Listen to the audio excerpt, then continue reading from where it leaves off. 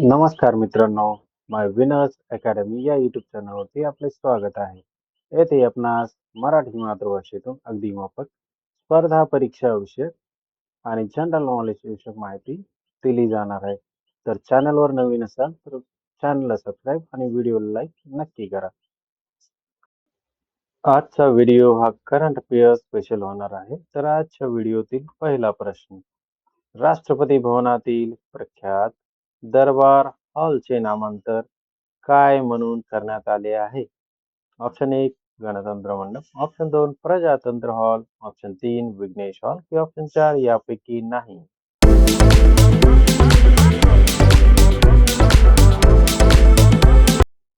आणि उत्तर आहे मित्रांनो ऑप्शन नंबर 1 गणतंत्र मंडप.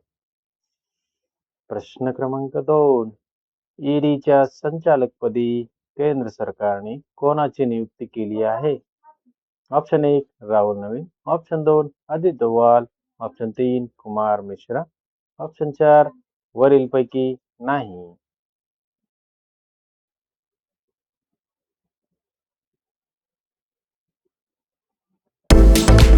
आणि उत्तर आहे मित्रांनो ऑप्शन 1 राहुल नवीन.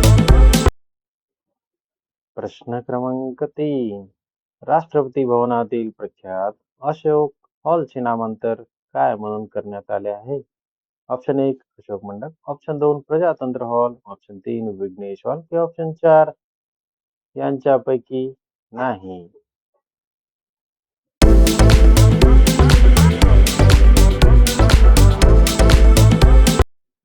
आणि उत्तर आहे मित्रांनो ऑप्शन नंबर 1 अशोक मंडप. प्रश्न क्रमांक 4, राजस्थानचे राज्यपाल म्हणून कोणाची नियुक्ती करण्यात आलेली आहे? Option 1 C P. Radhakrishnan, option 2 Haribhau Bagade, option 3 Sushil Kumar Shinde की ऑप्शन 4 यांच्यापैकी नाही.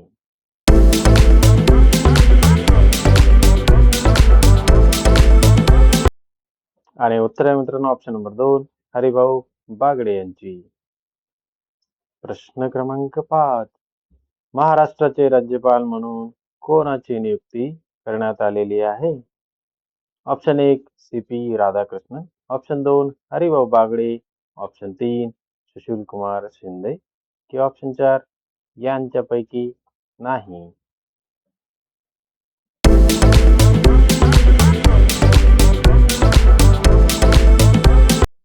आणि उत्तर आहे ऑप्शन नंबर 1 सी.पी. राधाकृष्णन यांची. प्रश्न क्रमांक 6, चेन्नईचे एम.ए. चिदंबरम स्टेडियम कोणत्या टोपण नावाने देखील ओळखले जाते? ऑप्शन 1 चेपॉक, ऑप्शन 2 मॅको, ऑप्शन 3 मॅनॉक की ऑप्शन 4 वरीलपैकी नाही.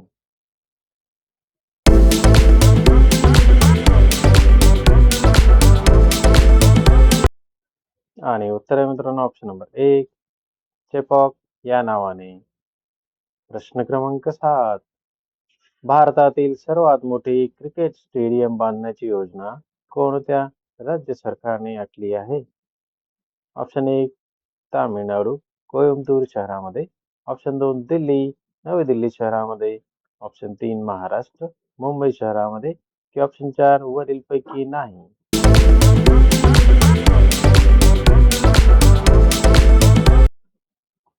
आणि उत्तर आहे मित्रांनो ऑप्शन नंबर 1 तामिळनाडू राज्य सरकारने कोइंबतूर शहरामध्ये. प्रश्न क्रमांक 8, सेबी म्हणजेच SEBI चे अध्यक्ष कोण आहे? ऑप्शन 1 माधवी बुच, ऑप्शन 2 धवल बुच, ऑप्शन 3 शशिकांत दास की ऑप्शन 4 वरीलपैकी नाही.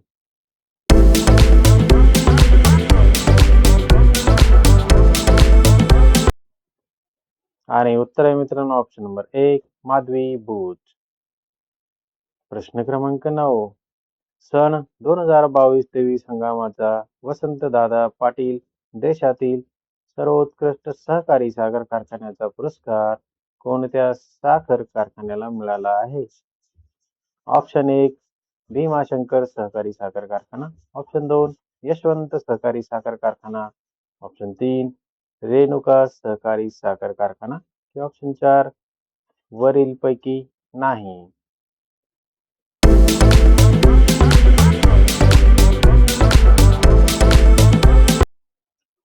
आणि उत्तर आहे मित्रांनो ऑप्शन नंबर 1 भीमाशंकर सहकारी साखर कारखाना. प्रश्न क्रमांक 10 भारताचे उपराष्ट्रपती तथा राज्यसभेचे सभापती कोण आहेत? ऑप्शन 1 जगदीप धनखड, ऑप्शन 2 नवीन पटनायक, ऑप्शन 3 अमित शहा की ऑप्शन 4 वरीलपैकी नाही.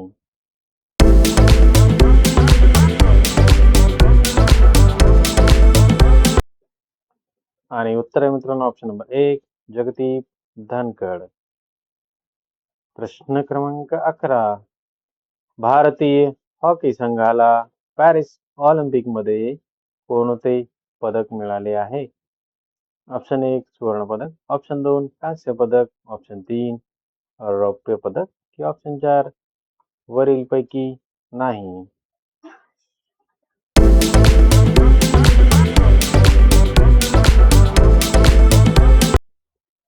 आणि उत्तर आहे मित्रांनो ऑप्शन नंबर 2 कांस्य पदक.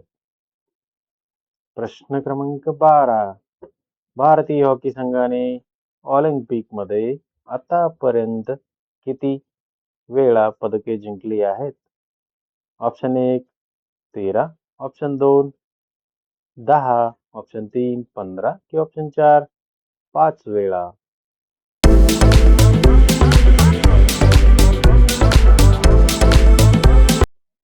आणि उत्तर आहे मित्रांनो ऑप्शन नंबर 1 13 वेळा.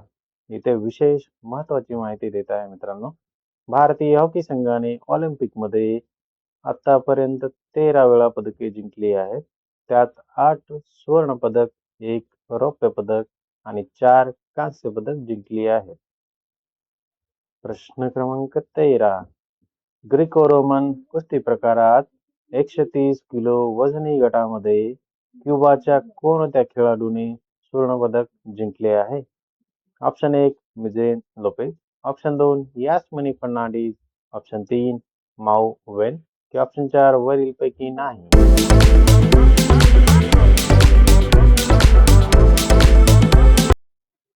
आणि उत्तर आहे मित्रांनो ऑप्शन नंबर 1 मिजेन लोपेज याने.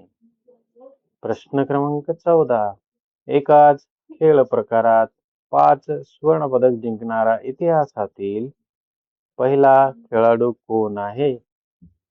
Option 1 Mijain Lopez, option 2 Yasmani Fernandez, option 3 माऊ वेन की ऑप्शन 4 वरीलपैकी नाही.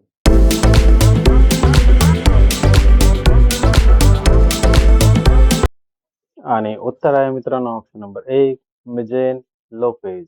इथे विशेष महत्वाची माहिती देत आहे मित्रांनो. मिजेन लोपेज याने 2008 बीजिंग ऑलिम्पिक नंतर 2012 मध्ये लंडन ऑलिम्पिक, 2016 मध्ये रिओ ऑलिम्पिक, 2020 मध्ये टोकियो ऑलिम्पिक आणि आता 2024 पॅरिस ऑलिम्पिक मध्ये सुवर्ण पदक पटकावले आहे. त्यामुळे अशी कामगिरी करणारा तो इतिहासातील एकमेव खेळाडू. प्रश्न क्रमांक 15 महाराष्ट्र राज्याच्या मुख्य सचिवपदी कोणाची नियुक्ती करण्यात आलेली आहे? Option 1 Sujata Soni, option 2 Manik Joshi, option 3 Kavita Lad की ऑप्शन 4 वरीलपैकी नाही.